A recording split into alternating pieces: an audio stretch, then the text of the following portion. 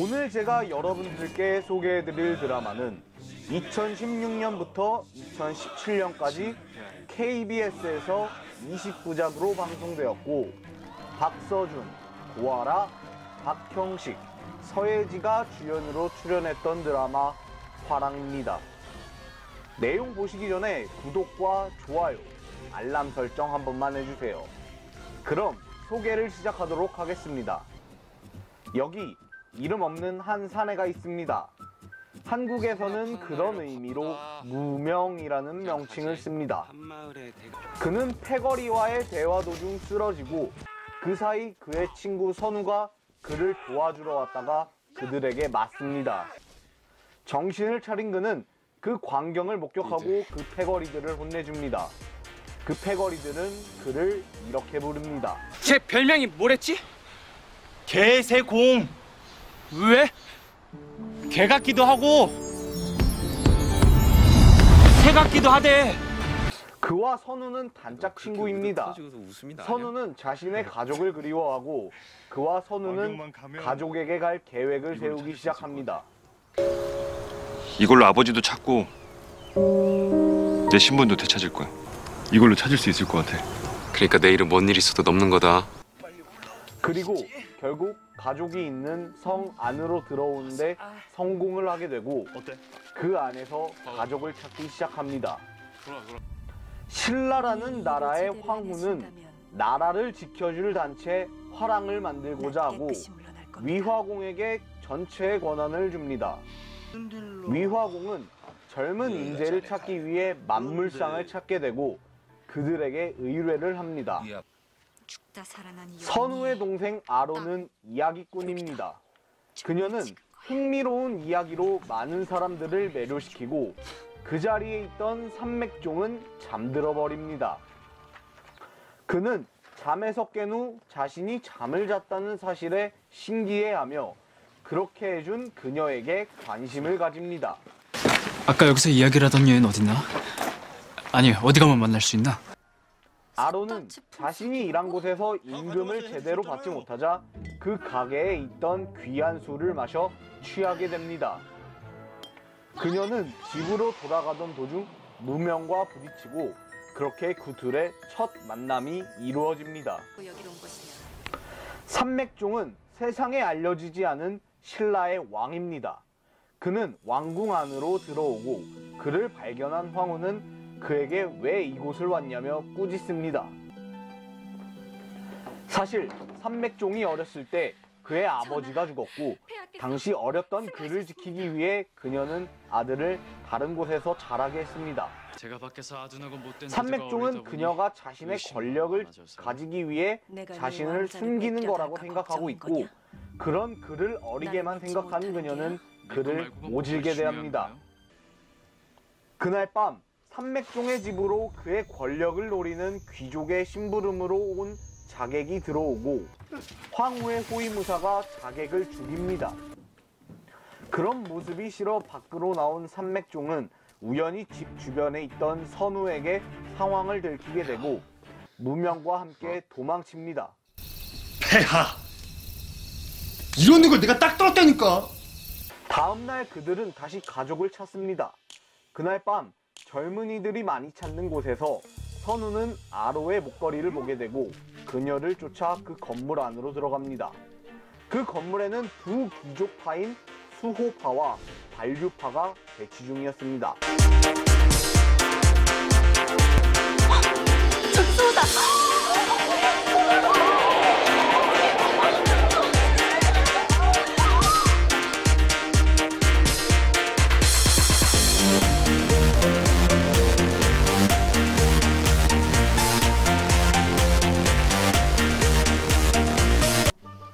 아로는 그 건물 안에서 젊은이들에게 흥미로운 이야기를 하는 중이었고 산맥종은 그 자리에서 그녀의 얘기를 엿들으면서 다시 한번 편안한 잠을 이루게 됩니다. 결국 그는 그녀를 찾아가 이야기를 더해달라고 하고 그녀는 그런 그를 변태로 생각합니다. 한편 선우는 그런 아로를 보던 중 한 귀족과 부딪히고 죽을 만큼 그 귀족에게 맞게 됩니다. 그 상황을 본 무명은 그 귀족을 혼내주고 선우와 그 자리를 빠져나갑니다. 아로의 아버지 안지공은 의원입니다.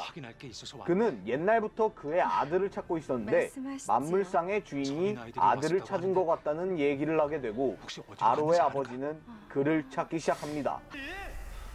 무명과 선우가 다른 곳으로 가던 중 무명이 갑자기 쓰러지고 마침 선우를 찾은 황후의 호위모사가 그들을 죽이려고 합니다. 이미 많은 상처를 낸 후 죽이려고 할 때 산맥종이 와서 그를 제지하고 돌아갑니다. 선우는 정신을 잃기 전 산맥종의 팔찌를 보게 됩니다. 안지공이 그들의 흔적을 따라 그들을 찾아내지만 선우는 과다출혈로 죽게 되고 상처가 심한 무명을 데리고 와 치료해 줍니다. 안돼 막마 안돼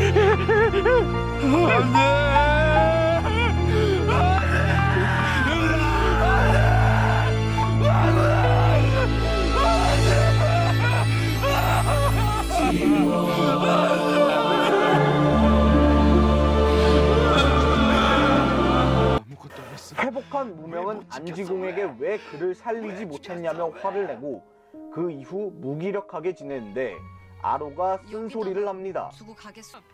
그로 인해 정신을 차린 무명은 그 집을 떠납니다.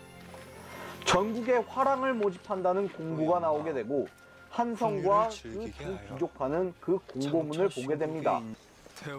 두 귀족파는 그 정책을 황후의 부하를 만드는 것이 목적이 아니냐며 비웃습니다. 아로는 이를 구하던 중 만물상 주인이 위화공이 의뢰한 내용을 보여주고 젊은 인재를 찾는 일을 수락하며 인재를 찾아 나섭니다.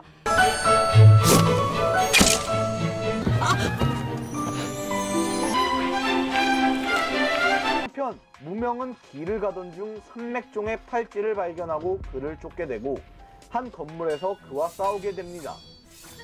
그 건물에 같이 있던 아로는 무명을 보고 두려워하게 됩니다. 무명은 아로를 발견하고 싸움을 중지합니다. 그리고 그 과정에서 산맥종은 팔찌를 잃어버리고 그걸 무명이 주워 자신의 팔목에 끼웁니다. 아로는 집으로 돌아오고 그곳에서 무명을 발견합니다. 무명은 그녀를 오행해 자신을 미행하냐고 묻고 그녀는 이곳이 자신의 집이라고 합니다. 그리고 무명이 자신이 만든 옷을 입고 그에게 왜 이 옷을 입고 있느냐며 추궁합니다. 그리고 그때 안지공이 나와 그를 데리고 집으로 들어갑니다. 안지공은 무명에게 그의 병이 심상치 않다는 말과 함께 복수가 끝날 때까지만이라도 이 집에 살아달라고 말합니다. 선우가 원하는 것이 그가 선우가 되는 것일 거라고 말하면서 말이죠. 그리고 아로에게 그가 너의 오빠라고 말하지만 아직 그녀는 믿지 못합니다.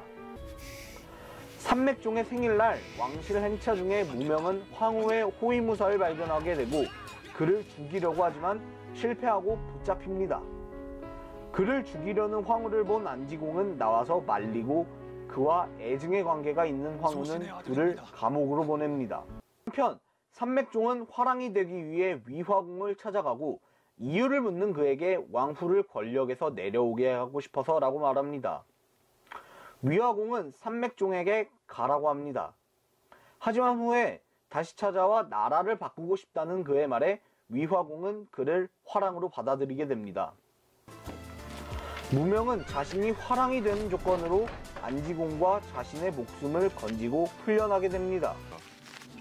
위화공은 고위 자녀들을 화랑으로 포섭하기 위해서 그들 두태거리에게 신성한 곳에서 싸우자는 거짓 메시지를 보내고 서로에게 자존심이 셌던 그들은 결국 그곳에서 싸우다 붙잡혀 그들의 목숨을 지키는 조건으로 화랑에 들어가게 됩니다.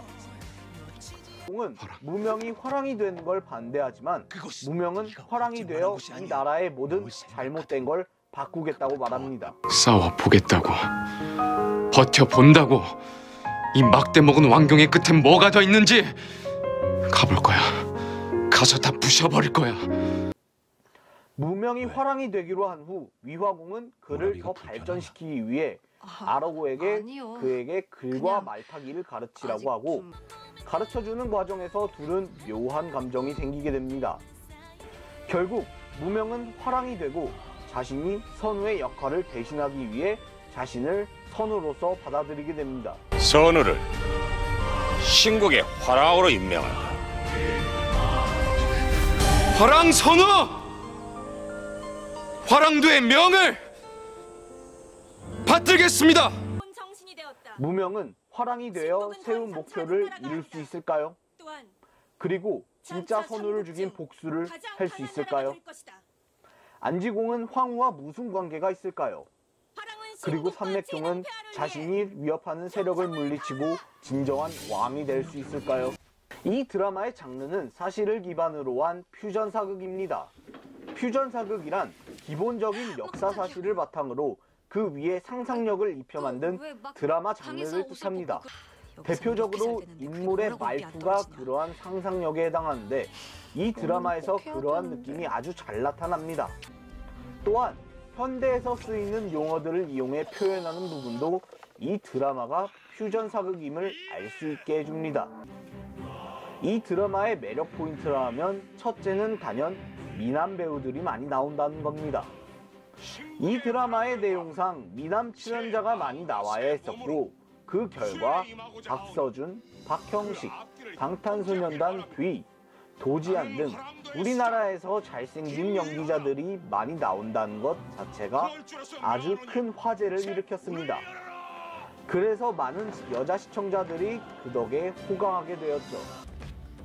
또한 여러 러브라인이 등장한다는 것도 이 드라마의 매력 요소 중 하나입니다. 박서준, 박형식, 고아라, 서예지의 사각 러브라인, 그리고 도지안과 이다인의 러브라인, 그리고 서지수와 최원영의 애증의 관계까지 이 드라마를 흥미롭게 만드는 요소들이라고 할 수 있겠습니다. 마지막으로 여러 수많은 캐릭터들의 사연들이 있습니다. 하지만 이 부분은 직접적으로 설명하기엔 너무 양이 많기 때문에 직접 드라마를 통해 확인하시는 게 더 좋을 거라고 생각합니다. 이 드라마는 화제성은 단연 최고였음에도 불구하고 시청률은 상대적으로 가장 좋지 않았습니다. 동시간에 경쟁했던 다른 드라마가 스토리와 배우들의 연기력이 아주 탄탄했던 것도 있었지만 개인적으로는 사전 제작 후 방영된 드라마이기 때문에 시청자들의 피드백을 제때 잘 반영하지 못했던 게 가장 크지 않았나 생각합니다. 그럼에도 화려한 볼거리와 각 캐릭터들의 숨겨진 스토리, 그리고 배우들의 연기는 이 드라마를 봐야 하는 이유로 꼽기에 주저함이 없습니다. 특히 외국인이 한국의 과거 모습이 어땠는지 궁금하다면 이 드라마가 그 부분을 아주 잘 그리고 이해하기 쉽게 보여줄 것입니다. 1500년 전 존재한 나라 신라의 젊은이들의 열정과 사랑 그리고 성장을 그린 이 드라마를 여러분들께 추천하도록 하겠습니다. 저는 다음에도 많은 한국인들이 그리고 제가 좋아했던 드라마를 여러분들께 소개시켜 드리도록 하겠습니다. 그럼 다음에 봐요. 안녕.